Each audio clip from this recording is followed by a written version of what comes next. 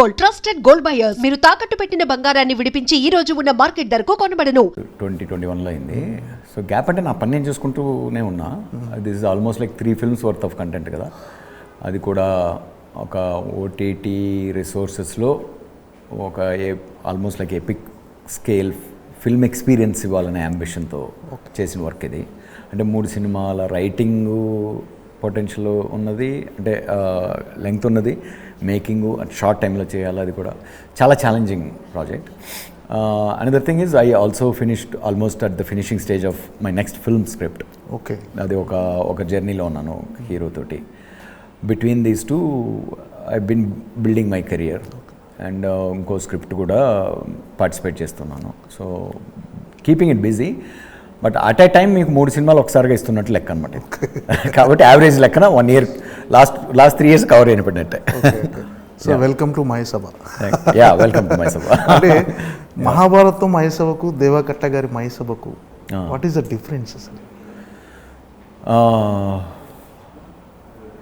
Direct relevance అంటూ ఏముండదండి. మహాభారతంలో మహేసభ ఏంటంటే దుర్యోధనుడు అవమాన పాలైనటువంటి ఒక ప్రపంచం ఉంది. ఇక్కడ నేను మహేసభ అనే టైటిల్ పెట్టుకోవడానికి కారణం ఏంటంటే పాలిటిక్స్ అనగానే మనకు కొంచెం మహాభారతం గుర్తొస్తుంది మన ఎపిక్స్లో. సో మన నేటివిటీకి దగ్గరగా కనెక్ట్ అయ్యే విధంగా, నేషన్ వైడ్గా కనెక్ట్ చేసుకునే విధంగా ఉంటుందని చెప్పి, అండ్ ఆల్సో పవర్, ఇల్యూషన్, ఇవన్నీ ఒక రకంగా పొయిటిక్గా ఉంటుందని చెప్పి మహేసభ అని ఆలోచించడం జరిగింది. అంటే రిపబ్లిక్ విషయంలో, ఆ రిజల్ట్ విషయంలో కొంచెం అంటే ఫస్ట్ సినిమా బాగుంది అని కొంతమంది క్రిటిక్స్ మెచ్చుకున్నా కూడా కమర్షియల్గా పే చేయలేదు సార్. అది దాన్ని అనాలిసిస్ చేసుకున్నారు సార్ దీని? ఒక సినిమా కమర్షియల్గా ఎంత పే చేస్తుంది, ఎంత చేయదన్న దాని మీద చాలా పారామీటర్స్ ఉంటాయండి. నేను అనుకున్న ఎమోషన్ కన్వే చేశాను, అది రిసీవ్ చేసుకుని అంత నేను అనుకున్న దానికన్నా ఎక్కువ డీప్ ఇంపాక్ట్ ఇచ్చింది అనే రిజల్ట్ విషయంలో నేను చాలా హ్యాపీ. ఓకే, దాని మానిటరీ ట్రాన్స్లేషన్ ఓటీటీలో ఎక్స్ప్లోడ్ అయింది. ఎప్పుడైతే ఓటీటీలో వచ్చిందో సినిమా, ప్రాబ్లీ దాని ముందు సినిమా రిలీజ్కి ముందు తేజ్ యాక్సిడెంట్ ప్లస్ కొంచెం లాట్ ఆఫ్ పొలిటికల్ నాయిస్, నా సినిమాకి సంబంధం లేని పొలిటికల్ నాయిస్ దాని చుట్టూ ముసురుకోవడం వల్ల థియేటర్కి వెళ్ళడం విషయంలో జనాలు డిసింట్రెస్ట్ చూపించండి. అది కూడా theatre life is only 3 days కదా. సో ప్రాబ్లీ ఆ 3 days ఈజ్ వాట్ ఈజ్ ఇదైతే అది కూడా ఏంటంటే లైక్ ప్రాబ్లీ బేర్లీ మేము లెక్కలన్నీ చూసుకుంటే ఒక 4-5 crores షార్ట్ అయి ఉంటుంది మొత్తం ఓవరాల్ స్టేట్ వైడ్గా మేము ఎమ్మెన్ రేట్స్కి. అండ్ 50% రేట్ కోవిడ్ అయిపోయిన తర్వాత, కోవిడ్ నుంచి బయటకు వస్తున్నారు అప్పుడే. దాని ముందే ఒక బ్లాక్ బస్టర్ నడుస్తుంది. దాని ముందు వారం నుంచి లవ్ స్టోరీ అని ఒక బ్లాక్ బస్టర్ నడుస్తుంది. Like huge great block buster songs ఉన్నాయి. శేఖర్ గారి cinema, I was so happy that film did well also. మాది సపరేట్ మూడ్ అండ్ ఎన్నో కారణాలు ఉండొచ్చు. ఆ క్లైమాక్స్ ఆ టైంలో ఆడియన్స్ ఉన్న మూడ్కి చాలా హెవీ అనిపించుండొచ్చు. టాక్ అంత వైల్డ్ ఫైర్ లాగా స్ప్రెడ్ అయ్యే కైండ్ ఆఫ్ మూవీగా అనిపించకపోయిండొచ్చు. బట్ దానిలో ఉన్న డెప్త్స్, లేయర్స్ అన్నీ కూడా ఓటీటీలో వచ్చినప్పుడు ఇప్పటికీ చాలా డీప్గా దాన్ని ఓన్ చేసుకున్న జనాలు చాలామంది ఉన్నారు, పెరుగుతూ వచ్చారు దాని ఆడియన్స్, ఆ movie audiences. I see that success of it in a different space. నాకు ఆశ ఉంటుంది నా సినిమా 10 కోట్లు పెడితే 100 కోట్లు రావాలని. నా ప్రొడ్యూసర్లు లాభాలు సంబంధించి మా ప్రొడ్యూసర్స్ మేడ్ ప్రాఫిట్. మేము 25 crores సినిమా తీసాం, 35 crores జీ వాళ్ళు అక్వైర్ చేసుకున్నారు. అండ్ జీ వాళ్ళకి ఓటీటీలో వచ్చిన వాల్యుయేషన్ ప్రకారం it's a very highly profitable content for us అని జీ హ్యాపీ. అందరూ హ్యాపీయే. కొంచెం distributors went through little bit of loss. And again ఆ టైంలో డిస్ట్రిబ్యూటర్స్ లాస్ అయిన డిస్ట్రిబ్యూటర్స్ కూడా, సార్ ఇందులో 4 రూపాయలు పోయినా మాకు ప్రాబ్లం లేదు సార్, మాకు RRRలో వస్తుంది, దీనిలో వస్తుంది, మీరు ఇలాంటి సినిమాలు తీస్తూ ఉండాలి సార్ అని ఎంకరేజ్ చేసిన వాళ్ళు. I feel that's a good experience sir. కథపరంగా ఆ సాడ్ ఎండింగ్ అనేది సాయి ధర్మ తేజ్ సాయి ఎండింగ్ అనేది, ఆ సాడ్ ఎండింగ్ అనేది కరెక్ట్ అనుకున్నా. ఆ సిచ్యువేషన్కి సాయి ధర్మ తేజ్కి యాక్సిడెంట్ జరగటము, ఆయన హాస్పిటల్లో ఉండటము, ఆ సిచ్యువేషన్కి ఎందుకో ఆడియన్స్ చాలా, నాకు కూడా దాన్ని ఆ సినిమాని యాజ్ ఈజ్ రిలీజ్ చేయడానికి చాలా హెవీ అనిపించింది, చాలా హెవీగా పెయిన్ఫుల్గా అనిపించింది.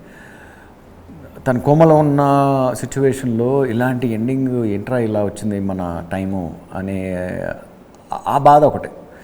వై ఇంత సిన్సియర్గా ఇంత ఇదిగా చేస్తున్నాము, మనకి ఎందుకు ఇంకా టైం కలిసి రావట్లేదు. అది ఆ ఫేజెస్ ఉంటాయి లైఫ్లో. కొన్నిసార్లు వీటిలన్నిటికీ కలిపి ఒక సినిమాకి ఇచ్చేస్తాడు దేవుడు. ఇప్పుడు మీకున్న సింపతి కానీ ఎంపతి అన్నీ కూడా ఇంకా అన్నీ కుదిరిన రోజున ఈ పేమెంట్ కూడా వెనక్కి వచ్చేస్తుంది, అంటే బాక్స్ ఆఫీస్ గురించి మాట్లాడితే. బట్ అది ఎందుకు ఈవెన్ ఒక ఆలోచన కూడా వచ్చింది నాకు రిపబ్లిక్ టైంలో, ఆ క్లైమాక్స్ కాకుండా కోర్టులోనే ఫినిష్ చేద్దామా అంటే. ఫస్ట్ ఆఫ్ ఆల్ తేజ్ కథ కనెక్ట్ అయింది కూడా క్లైమాక్స్తోనే. తను ఫస్ట్ పాయింట్గా విన్నప్పుడు కనెక్ట్ అయింది కూడా దాంతోనే. తను ప్రేమించిన ఎండింగ్ కూడా సరే. ఈ రోజుటికి థియేటర్లో అది ఎలా ఉన్నా లాంగ్ రన్లో లాంగ్ టైంలో అదొక ఎమోషన్గా మిగిలిపోవాలి. రేపు తేజ్ బయటకు వస్తాడు, వచ్చి చూసుకున్నప్పుడు తను చూసిన సినిమా, చేసిన సినిమా, ఎందుకంటే ఆల్రెడీ సినిమా కూడా చూసేస్తున్నాడు కదా తను ఒక రకంగా. సో చేసిన సినిమానే రిలీజ్ చేశారనే రెస్పెక్ట్ తోటి స్టిల్ ఓకే రిజల్ట్ ఎలా ఉన్నా మా ఇద్దరు విజన్ ఇది కాబట్టి దాన్నే బయటికి రిలీజ్ చేయడం జరిగింది. సో ఆ mood was too heavy at the time. తర్వాత సాయి ధరమ్ తేజ్ని కలిసేయడం అయ్యో హీ వాజ్ సో హ్యాపీ. తను ఫస్ట్ బయటకు వచ్చినప్పుడు all those there are lot of beautiful moments around the film. అంటే ఈ మహేసభ మెయిన్ అంటే థియేట్రికల్ నుంచి ఇప్పుడు మన దేవకట్ల గారు థియేటర్ నుంచి ఇప్పుడు ఓటీటీకి రావడానికి మెయిన్ రీజన్ ఏంటి? థియేటర్ని ఓటీటీకి తీసుకెళ్దాం.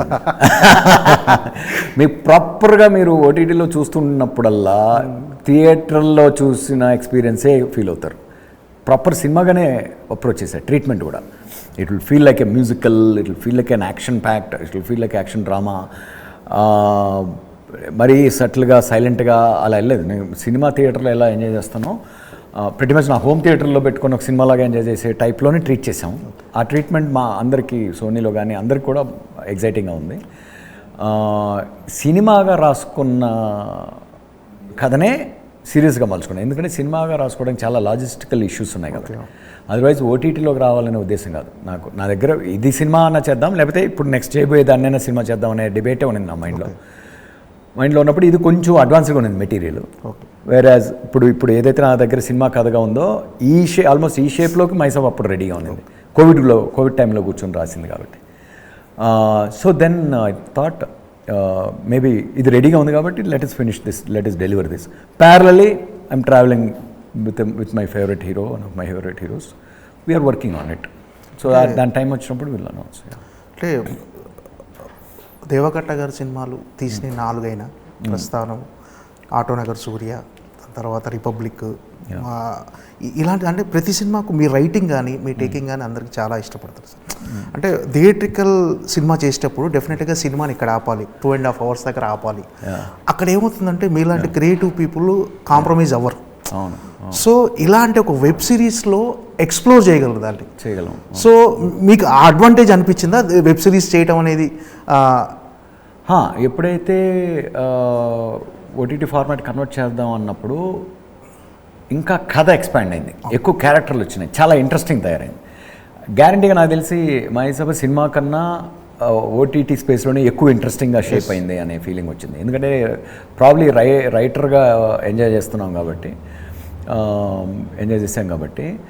And the other thing, cinema రాసేటప్పుడు కూడా నేనేంటంటే సినిమా ఫార్మాట్ కంటూ ఒక గ్రాఫ్ ఉంటుంది, అది మైండ్లో పెట్టుకుని ఆ నిడివికి మాత్రం 2.5 hours మైండ్లో ఉంటూనే వస్తుంది. నాకు ఎప్పుడు కూడా లెంగ్త్ ఇష్యూస్ రాలేదు. ఓన్లీ ఒక ప్రస్థానం ఒకటే కొంచెం ఎక్స్టెండెడ్ లెంగ్త్ వచ్చింది, దాన్ని ట్రంకేట్ చేసుకుంటూ వచ్చాం ఫస్ట్ కట్. మిగిలిన అన్నీ నా ఫస్ట్ కట్కి లాస్ట్ కట్కి మ్యాక్సిమం ఒక 10 minutes డిఫరెన్స్ ఉంటుంది. రిపబ్లిక్ కూడా 2:30 ఫైనల్ కట్ అయితే 2:40 వాజ్ మై ఫస్ట్ కట్. అలా స్క్రీన్ ప్లే స్టేజ్లోనే చాలా టైం వైజ్ లెక్కలో ఉంటుందన్నమాట. అందువల్ల వేస్టేజ్ ఉండదు. లైక్ రిపబ్లిక్ 63 daysలో ఫినిష్ చేసాం. మహేసభ 3 సినిమాల కంటెంట్, మోర్ దాన్ 6.5 hours కంటెంట్ని 90 daysలో ఫినిష్ చేసాం, 89 daysలో ఫినిష్ చేసాం. సూపర్. అంటే ఒక్క సినిమాని 30 daysలో చేస్తే ఎంత ఫాస్ట్గా అవుతుందో ఆ స్పీడ్లో చేసాం అనమాట. బట్ అగైన్ నేను ఇప్పుడు వర్క్ చేసిన సినిమాలన్నింటిలో కల్లా ఒక రకంగా బెటర్ షాట్ క్వాలిటీ కనిపించే అవకాశం ఉంది, మీకు కనిపిస్తుంది అనుకుంటున్నాను నేను. స్కేల్ వైజ్గా కూడా it's huge in terms of scale. Teaser చూసిన దీంట్లో మీ గత సినిమాలతో పోల్చుకుంటే వెబ్ సిరీస్లో కమర్షియల్ వాల్యూస్ ఎక్కువ కనిపించినాయి. ఇది సూపర్ పాయింట్ చెప్పారు మీరు. ఏది మా ఎడిట్ అసిస్టెంట్ సార్, మీకు ఎవరు హీరోని ఎవరు ఎలా చూపించారు, వాళ్ళ హీరోని ఎలా ఆపాదించుకున్నారు, ఇవన్నీ పక్కన పడేస్తే ఒక స్వీట్ కంప్లైంట్ అయితే వస్తుంది సార్. మిమ్మల్ని స్వీట్గా తిడతారు. ఏంటంటే అరే ఈ కమర్షియల్ వాల్యూస్ నువ్వు తీసిన సినిమాల్లో ఎందుకు చూపించలేదురా, నువ్వు పెట్టలేదురా, అక్కడ వచ్చింటే ఇంకో ఆ సినిమాలు కూడా చాలా బాగా డబుల్ చేసే కదా అంటారు. అంటే ఐ డోంట్ నో, అంటే నేను బేసిక్గా ఈ మైండ్ సెట్లో నాకు ఇద్దరు గ్రేట్ లీడర్స్ ఫ్రెండ్షిప్ సెలబ్రేట్ చేసుకోవాలని నేను మూడ్తో రాసింది అది.